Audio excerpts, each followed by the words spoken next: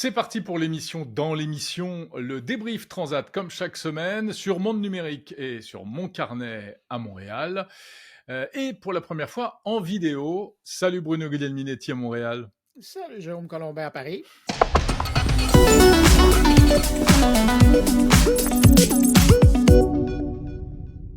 Une actu toujours débordante. Bruno, cette semaine, je sais que tu as encore passé des heures à t'amuser avec ton meilleur ami ChatGPT, notamment avec Je le Sora. salue d'ailleurs. Hein? Ouais, Ah, toutes ces vidéos, enfin surréalistes, hein, où on te voit sur Sora. euh, sur Sora, tu t'es bien amusé. Mais c'est pas de ça dont on va parler. On en a parlé la Non. semaine dernière de Sora, l'outil de OpenAI qui permet de générer des vidéos. Cette semaine, nouvelle annonce de OpenAI, parce qu'il y en a tout le temps. Chaque semaine, ChatGPT, oui. ah ouais, c'est incroyable. Hein. Alors cette histoire de ChatGPT qui va s'ouvrir aux applications tierces et qui va intégrer des applications, j'imagine que tu as suivi ça également de très près. Ben oui, et j'avoue que, ben évidemment, ça, c'est une autre des annonces d'OpenAI qu'on ne voyait pas venir, qui n'était pas sur la radar. Et résultat, ils sont en train carrément de développer, ben, en tout cas, ça sera développé très bientôt, une plateforme qui permettra donc à des entreprises, des organisations, des services de proposer un accès à leurs produits, à leurs Mhm. services via l'interface de ChatGPT. Donc, je donne un exemple. Vous êtes en train de travailler à votre bureau ou sur votre téléphone et il y a une petite fringale qui vous prend. Alors, pourquoi laisser l'application et en ouvrir une autre quand vous Mhm. pouvez, à partir de ChatGPT, vous commander une pizza à partir de votre restaurant préféré en passant par un service de livraison. Ou mieux encore, vous décidez que, tiens, j'ai besoin de vacances. Hein, vous avez travaillé fort. Alors, vous dites, Mhm. ben, pourquoi fermer ChatGPT et aller sur une autre application? Ben non, pas nécessaire. Vous allez sur votre service de réservation de voyage préféré et puis vous allez, plutôt que d'aller là, ben, vous allez tout simplement utiliser l'interface de ChatGPT et puis vous allez pouvoir aller directement vous brancher sur le service via ChatGPT en demandant tout simplement de réserver billets, avions, hébergement pour telle ville de telle date à telle date et ça sera fait parce que votre voyagiste branché préféré sera représenté, sera accessible par le billet de ChatGPT. C'est ça qu'on est en train de nous annoncer et je trouve que c'est véritablement, je pèse mes mots, une révolution. C'est tellement bien résumé, Bruno, en effet, parce que les services en question, bah, ça peut être ceux dont le nom a déjà été révélé, donc Booking, la grande plateforme de réservation. Il y a aussi Spotify pour la musique, il y a TripAdvisor. Enfin, il y en a. Voilà, c'est quand même des grands noms. Hein. Il y a les DoorDash, Euh, Uber qui s'en viennent aussi, ouais. DoorDash, voilà, pour la livraison. Ça n'existe pas en Europe, DoorDash, mais aux États-Unis, c'est Pardon. un géant de la livraison à domicile. Donc, effectivement, ChatGPT n'est plus seulement un chatbot d'intelligence artificielle, mais devient une plateforme, devient une interface à part entière. Maintenant, explique-nous bien, si tu l'as encore mieux compris que moi, quel est l'intérêt pour l'utilisateur final, bon, simplement de ne pas ouvrir une deuxième fenêtre à côté, quoi. Ou alors, il va pouvoir véritablement bénéficier de la puissance de l'IA générative et de la conversation, c'est ça, hein, le truc. Ben, l'idée, c'est que la première interface de contact avec le service qui l'intéressera se fera à l'intérieur de l'environnement, j'allais dire l'habitacle, on n'est pas dans une voiture, là, mais dans l'environnement, dans l'écosystème de ChatGPT. Donc, comme on lance un prompt pour avoir quelque chose, que ce soit un texte, une image ou une vidéo, on pourra lancer un prompt en demandant des informations et en disant qu'on va aller directement sur tel ou tel détaillant, entreprise, pour demander tel ou tel service. Et c'est là où je trouve ça intéressant. Je pense que ça répond en partie à ta question parce que, un peu comme à l'époque, quand Microsoft a lancé Windows, Mmh.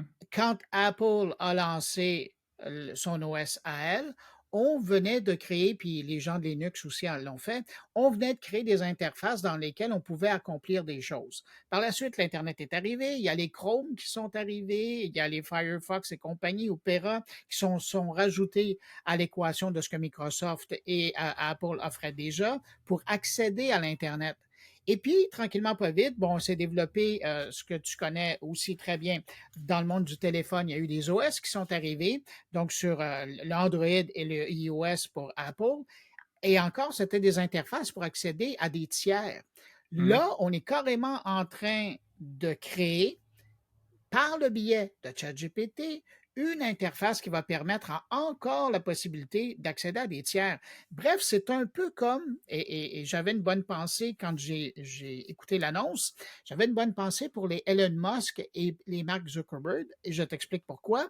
Dans le cas d'Elon Musk, ça fait des années qu'il rêve de créer le premier WeChat Oui. occidental qui va Mmh. permettre, par le biais de sa plateforme X, d'accéder à plein de services, comme Ouais, ce qu'on WeChat le appelait fait. une super app, hein, ce qu'on a appelé à un Exactement. moment. Mais Mmh. ce n'est pas encore le cas. Et puis de l'autre côté, Mark Zuckerberg s'en veut, mais à mourir, sur le fait qu'il a raté les applications mobiles quand c'est sorti. Et puis, bon, ben, il a laissé filer entre ses doigts une belle occasion d'avoir un certain contrôle sur ce que les gens allaient faire. Et là, on est en train de voir Sam Altman qui nous présente peut-être la prochaine interface du futur qui va nous permettre d'accéder à des services tiers. Et donc, en utilisant une simple page, que ce soit Mmh. sur notre mobile ou sur notre ordinateur, à partir de cette page-là, qui est notre chat GPT, on pourra faire plein de choses. Et ça, je trouve ça très habile. Et tu sais, on parle souvent en anglais de game changer. Ben Mmh. ça, avec les bons joueurs et les offres intéressantes, ça pourrait devenir un game changer. Un Tu game pourrais avoir changer. sur ton téléphone uniquement ChatGPT et tu pourrais probablement tout faire ce que tu as à faire avec ça. Et c'est pour ça que ce que son ami, l'ancien designer d'Apple, qui est Johnny maintenant Ive. exactement, qui travaille avec eux, ils sont en train de travailler sur des objets qui n'auront pas d'écran et qui Mmh. pourront faire plein de choses. Mais dans un contexte où tu utilises ChatGPT pour accéder à des services tiers, ça prend tout son sens. Eh oui, tu n'as plus besoin d'écran. Voilà. Est-ce que c'est Heu, assez résumé? c'est parfaitement bien résumé, tu as tout à fait raison. Moi aussi, j'en ai fait un Ben oui, mais petit, ça, j'allais dire, je me suis inspiré de ton billet de, Ah! de jeudi. Non, non. Non, non, non. Parce qu'on a vu lors de la présentation, lors de la keynote, effectivement, la forme que ça peut prendre. C'est-à-dire qu'à l'intérieur de l'image de ChatGPT, de la fenêtre, de l'interface de ChatGPT, tu vois arriver tout d'un coup, non seulement des réponses, par exemple quand tu demandes une playlist, Spotify, Ah mais oui. également le logo Spotify et puis la musique que tu peux écouter directement, depuis l'appli. Et Maintenant, mon Apple cher Music Bruno. l'a raté. Ouais, bah, Apple, Peut-être pour c'est ajouter une couche là, sur les problèmes un d'Apple ratage de plus, Intelligence. ouais, c'est sûr.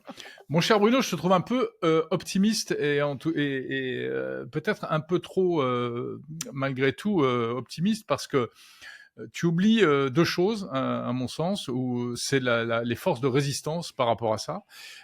D'une part, est-ce que les géants actuels euh, des plateformes, donc je ne sais pas à qui il faut les comparer, est-ce que c'est Apple et iOS, Google avec Android, Microsoft avec Windows, etc. Est-ce que ces gens-là vont laisser le petit chat GPT qui, n'oublions pas, reste quand même un peu le cadet de la bande, est-ce qu'ils vont le laisser venir leur tailler des croupières sans essayer de lui mettre des bâtons dans les roues?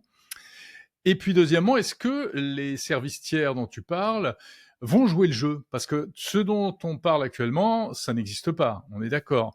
Tout Ils à vont fait. fournir un kit de développement pour les développeurs. Alors les grands noms comme ça, qui ont déjà répondu présent parce que c'est des grandes marques qui sont prêtes à expérimenter des choses, mais ça ne veut pas dire qu'ils vont changer leur business model du jour au lendemain, tu vois.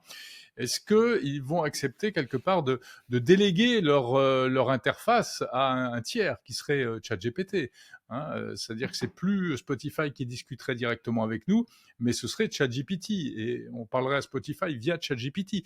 C'est une perte, c'est une désintermédiation que en général les joueurs, comme tu dis, n'aiment pas trop. Donc est-ce qu'ils vont vraiment jouer le jeu? C'est pas gagné pour des raisons voilà de stratégie. Donc je trouve que l'ambition est super intéressante. Moi je suis comme toi, je suis emballé par l'annonce parce qu'elle raconte une nouvelle histoire incroyable, mais l'histoire n'est pas encore écrite, elle reste Ouais. à écrire.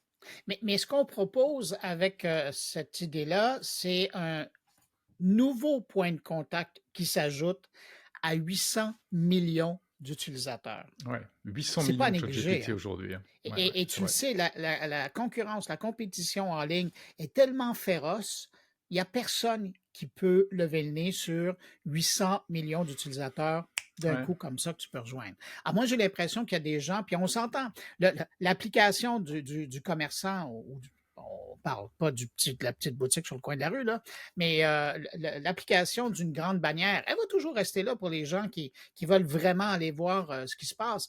On donne un exemple. Amazon. Amazon, Mmh. bon, eux, ils ont Alexa Plus, qui tranquillement pas vite est en train de se déployer sur la planète. Mais Tranquillement, pas vite, ouais. ouais, ben non, j'ai bien, j'ai bien utilisé l'expression. Mais bon, on peut penser qu'eux, ils auront à se poser des questions. Est-ce qu'on veut permettre à un tiers de, mais c'est 800 millions de clients potentiels, Mmh, mmh. de venir rentrer chez nous et de passer des commandes par l'interface de Non, ChatGPT? bah, c'est ça, Il voilà. y a vraiment des gens qui vont devoir se poser des questions. Est-ce qu'on peut Ouais, ouais. lever le nez là-dessus? Ah, moi, j'ai hâte de voir qui va se lancer, qui va ouvrir la porte, une API là, qui va permettre à Qui sera le pro ChatGPT de rentrer là. Ouais, qui sera le premier traître, en fait. Oh non! Ah non, non, non, non, non, non. Non, ben moi, je Ouais. vois ça comme une opportunité. Non, après, là où tu as raison, c'est que, est-ce que l'IA conversationnelle est l'interface de demain? Ouais, en fait, c'est ça la Ouais, vraie question. ouais. Et de toute manière, si ce sont pas les applis qui rentrent dans ChatGPT, il va falloir que ce soit ChatGPT qui rentre dans les applis. Ça, sur quoi C'est-à-dire ils sont que aussi en train de travailler, là. exactement, ils sont aussi en train de travailler, mais on voit que c'est pas facile, hein. On n'a qu'à Non, prendre l'exemple d'Apple qui, tout Apple qu'il est, n'arrive pas à développer son truc. ouais. Mais c'est vrai qu'aujourd'hui, on veut, enfin on veut, oui, on imagine que le futur, c'est vraiment la possibilité de demander à ton appareil, on parle même plus de smartphone, mais à ton assistant, ce que tu veux faire en langage naturel, et lui, il se débrouille. Exactement. Tu veux écouter Ouais. tel genre de musique, tu veux, comme tu le disais, commander une pizza, etc., etc. Qu'on n'ait pas à taper des mots sans... enfin, on va devenir de plus en plus flemmard de toute façon avec Non, tout mais ça. c'est tellement 2020 de devoir encore rentrer du Mais texte. bien sûr, c'est tellement 2020, alors que nous Bon, sommes déjà en 2044, toi et moi. ben voilà. Bon, très belle annonce, donc, et il fallait absolument qu'on en parle cette semaine. Bruno, moi aussi Là, j'ai j'ai une... peur, là. C'est quoi le Ouais, deuxième sujet dont alors je que voulais tu vas qu'on parle parler? d'une autre annonce intéressante, mais je suis un petit peu mal à l'aise pour en parler. Parce que, voilà, Google a lancé cette semaine son mode d'intelligence artificielle, son AI mode, qui est donc ce truc... alors, on s'y perd un peu dans les annonces Google. Hein. On se souvient qu'il y avait AI Overviews, qui Mhm, était un ouais. système qui faisait des résumés quand tu Et lui ça, c'est posais les une grande résumés question. auxquels les gens ont déjà accès. Quand tu fais une Ouais, recherche, par exemple, sur mobile, on le voit plus fréquemment. C'est un petit résumé qui dit, bon, ben, voilà l'information, tu n'as pas besoin de te rendre au site web. Voici exactement. l'essentiel moelle de ce que tu cherches. Ouais, enfin là, tu me parles d'un monde que moi, je ne connais pas. Bon, Hein, de c'est AI dommage. Overview. Ça a Et AI changé ma vie, Mode, ça. ben oui, je sais bien, mais le mode IA, donc c'est comme ça que ça s'appelle en français, c'est un bouton sur le champ de recherche Google qui te permet de parler. Voilà, c'est exactement ce qu'on vient de raconter à propos de ChatGPT. Tu peux lui faire une requête compliquée. Hein, et alors, je me suis amusé d'ailleurs, je lui ai demandé, tiens, s'il pouvait me sortir des podcasts tech français et québécois. Et il me propose tout un panache, etc. Donc on remonte. Alors je suis content, je suis en première position, dis donc. Ben, c'est ce que j'allais dire. Ne sois pas trop humble, quand même, hein? Ouais. Bon, mais si j'ai réussi à faire cette démo, enfin ce test, c'est parce que j'ai installé un VPN en faisant croire à Google que j'étais basé aux États-Unis. Alors Car, que, et c'est là où je veux en venir, c'est que cette jolie nouveauté IA Mode, eh bien, n'est pas disponible en France, pour changer. et c'est important de le dire, pas en Europe, mais Non, uniquement en France. Parce que si uniquement en vous France. nous écoutez de Suisse ou de Belgique, vous pouvez l'utiliser, le nouveau IAMA de Google. Tout à fait. Donc, qu'est-ce qui se passe? Tu vas me demander. Ben Non? justement, qu'est-ce qui se passe? Enfin, peut-être que tu t'en fiches, remarque. Puisque... Non, pas du tout. Mais toi, tu l'as ou pas? Ben, sais-tu quoi, entre nous deux? Je sens qu'on va rire Je là. l'ai pas. Je l'ai Mais, pas. c'est le monde à l'envers. Moi, j'ai Non, réussi à y accéder et pas toi. ben, je sais. Mais écoute, pour te raconter la petite anecdote, il y a 2 semaines environ, j'étais sur Google, je faisais une requête et je vois ce petit truc apparaître là, qui était Ouais. juste dans le haut du furteur. Et là, je me dis, mais c'est quoi cette affaire-là? Alors, je clique et là, ça me demande Et ce là, que je veux. Mais là, ça ne m'intéressait pas. C'est pas ça. J'étais pas là pour faire ça. Je ouais, t'avais pas le referme temps.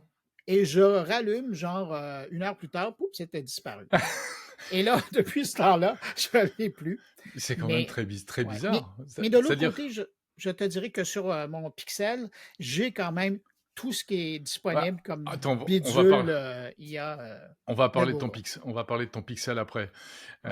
Non, non, non, Euh, mais je veux dire que sur le mobile, c'est là, mais sur l'ordinateur, c'est plus là. ah ouais, non, mais enfin, c'est assez étonnant. C'est-à-dire qu'apparemment, pour Google, le Québec, c'est un entre-deux.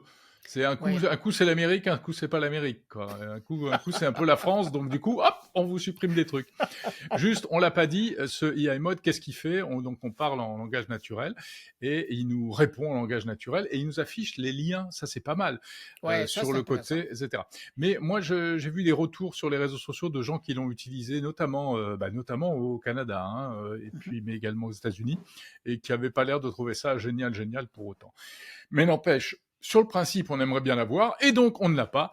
Et en fait, c'est une fois de plus l'illustration du problème qu'on a en Europe et particulièrement en France, où on est de plus en plus privé des avancées technologiques. On en a parlé souvent. Je pense que bientôt, on pourra faire un rendez-vous et moi, je te ferai la chronique des technos qui n'existent pas chez nous, quoi, si tu veux. Ouais, mais Jérôme, là-dessus, il n'y a pas quelqu'un qui est passé chez vous, ben justement de Google, pour Oui, dire qu'il fallait que la France règle la situation parce qu'elle allait si, obtenir de l'IA vétuste. c'est le responsable des affaires publiques de Google, Kent Walker, qui a fait un point presse d'ailleurs, où il a expliqué que, enfin, il est un peu monté au créneau et après Apple qui avait un peu montré les crocs, eh ben là c'est Lever le ton. Google qui montre les crocs et il dit oui. Alors les arguments, ils méritent d'être cités parce qu'après on peut en débattre. Nous ne voulons pas que la France soit bloquée par des services d'intelligence artificielle datant de l'année dernière. Ce n'est pas bon pour ses citoyens. Voilà, si tu veux, c'est le gentil Google qui prend soin de Ben nous et qui oui, veut que surtout exactement. on ne soit pas privé de trucs. Alors pourquoi ça? Il ne, c'est pas très clair en fait cette histoire-là. Ils avancent des questions réglementaires, mais nous, les règlements, bien souvent, ils sont européens. Donc, comme tu l'as dit, je vois pas pourquoi ce serait dans les autres pays européens et pas chez nous. Mais en fait, il y a un passif énorme entre Google et la France, plus Ouais. spécifiquement, sur la question des droits voisins, hein, c'est-à-dire la rémunération des éditeurs de contenu sur Internet quand Google aspire des contenus. Or, il faut préciser que ce AI mode, il aspire encore plus les contenus et que Eh oui. même aux États-Unis, ça commence à poser problème parce que tu n'as plus besoin d'aller sur les sites web puisque tout est aspiré, remouliné et ça t'est présenté comme ça.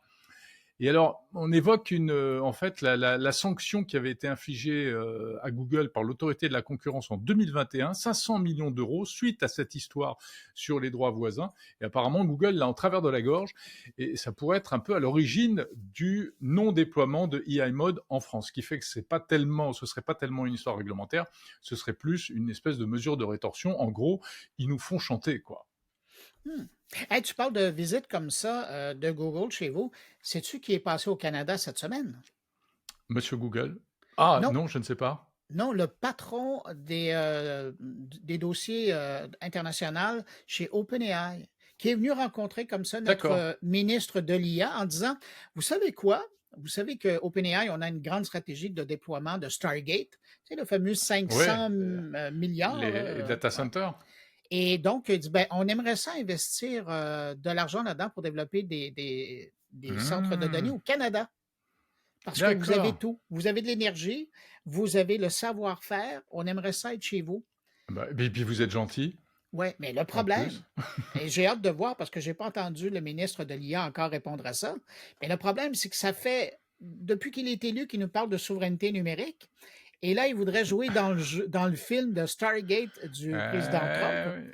Et Mmh. j'ai hâte de voir ça va être quoi officiellement sa réponse à Ah OpenAI. ouais. Et tu mets le doigt là où ça fait mal, c'est le Eh oui. tiraillement, ouais, voilà, mais tout Mais le c'est monde est mon quotidien de mettre le doigt où bah, ça fait mal. bien sûr, mais que ce soit les pouvoirs publics ou les entreprises, les grandes entreprises, elles sont complètement tiraillées entre ça, Ah ouais. entre les merveilles, les milliards de dollars et toute la belle technologie américaine, et puis leur volonté de souveraineté. Voilà, voilà, voilà. Bon, bah Hey, écoute, Jérôme, tu nous raconteras quand vous aurez des data centers d'OpenAI. En tout cas, ils veulent en ouvrir partout, mais parce que oui, c'est ça aussi la ben, stratégie d'OpenAI, oui, hein, oui, c'est d'être local et de où faire s'arrêtera. partie de l'écosystème local des pays. D'ailleurs, ils sont chez vous. Ils ont ouvert un bureau il n'y Ouais, a pas ils ont tellement ouvert un longtemps. bureau chez nous, ouais, ouais, Ouais. tout à fait. Mhm. Alors, le Mais centre nous, de données c'est pas arrive ça. Nous, bientôt. ils veulent nous piquer ils viennent nous piquer nos cerveaux. tous Ah non, mais on a des super ingénieurs hyper bien formés la les grandes plupart écoles américaines. non, des grandes écoles françaises payées par les impôts, payées par le public, hein, et ils veulent alors soit ils nous les piquent, ils les emmènent aux États-Unis, soit ils embauchent ici en France. Et évidemment, ils les payent beaucoup moins cher, enfin pas beaucoup moins cher, mais ils les payent moins cher que s'ils les faisaient venir aux États-Unis. Donc c'est tout Mais bénef. ça, on le sait déjà. Tu as Ils déjà sont toute une. forts. Ouais, mais tu as déjà toute une stratégie, même avec un slogan pour rapatrier tous ces gens-là. Comment ça s'appelle ton slogan? Je sais Bring plus. back. Bring back to France? Non? Back quelque Bring chose back comme. our engineers. Ouais. Non, Bon, hey, Jérôme, je vais pas trop m'étendre sur le sujet. Ouais, non. vas-y.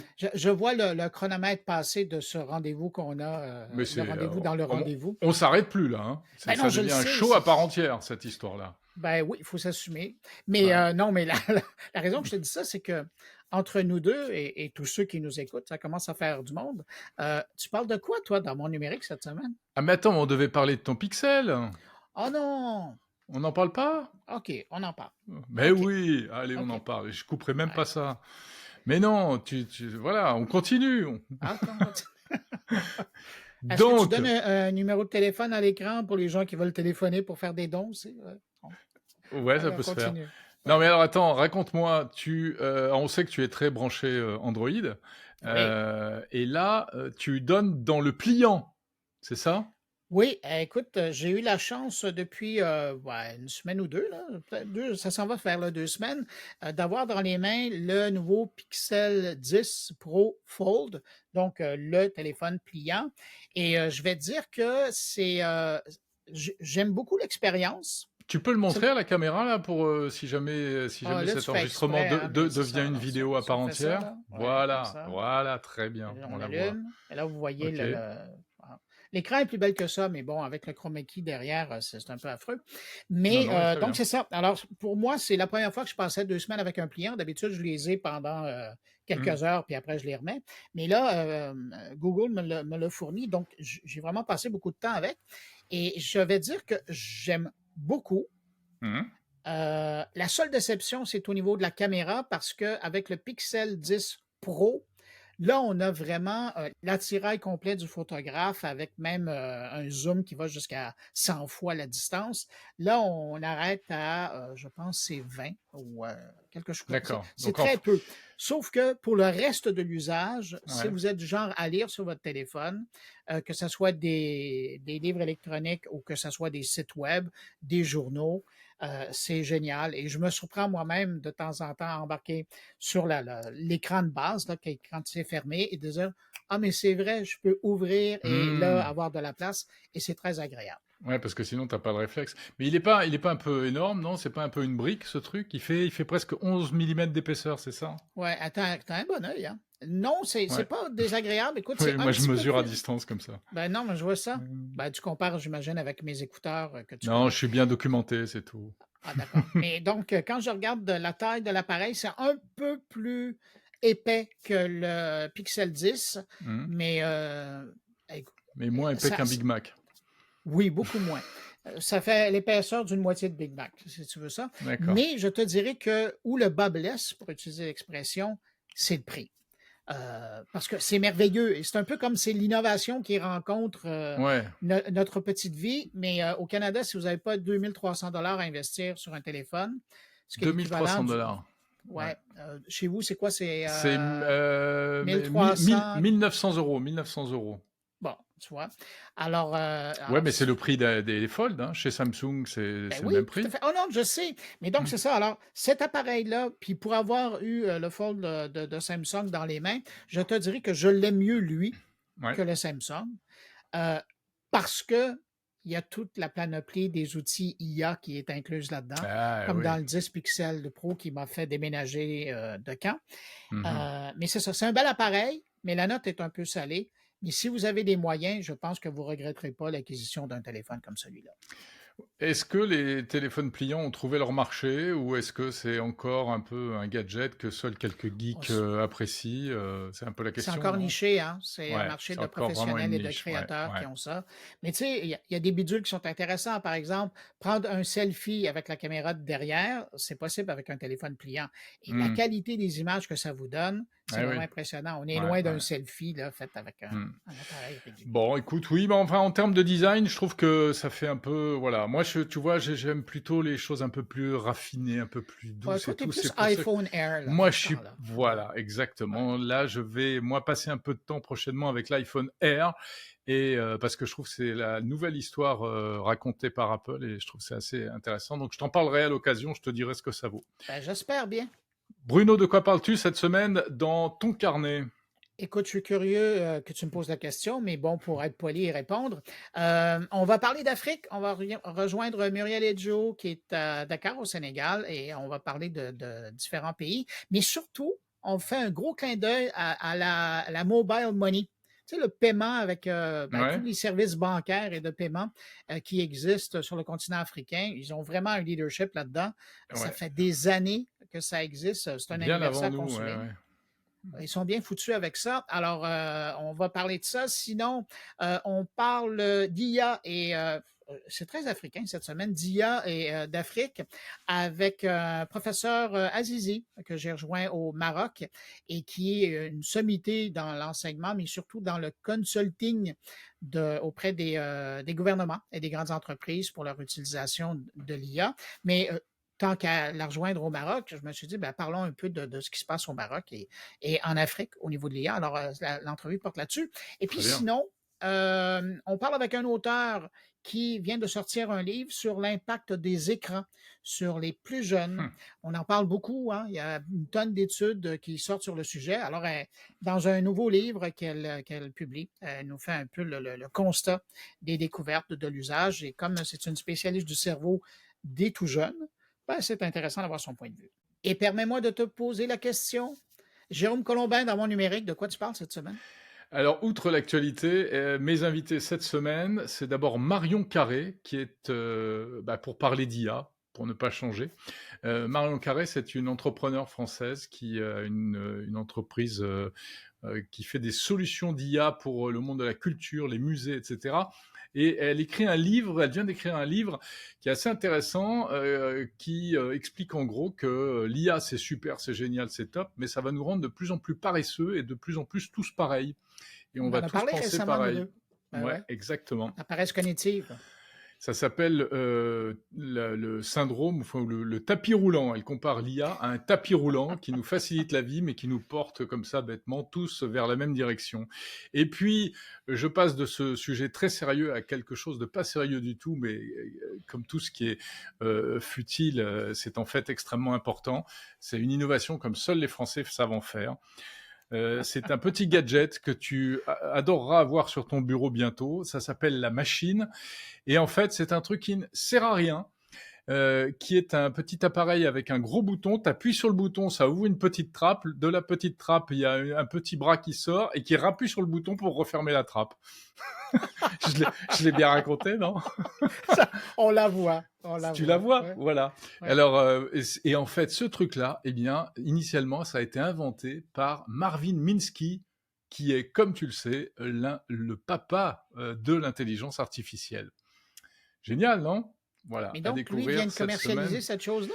Oui, qu'ils ont un peu relooké, ils ont mis de la couleur, ils ont mis des sons aussi, ils l'ont un peu réinventé.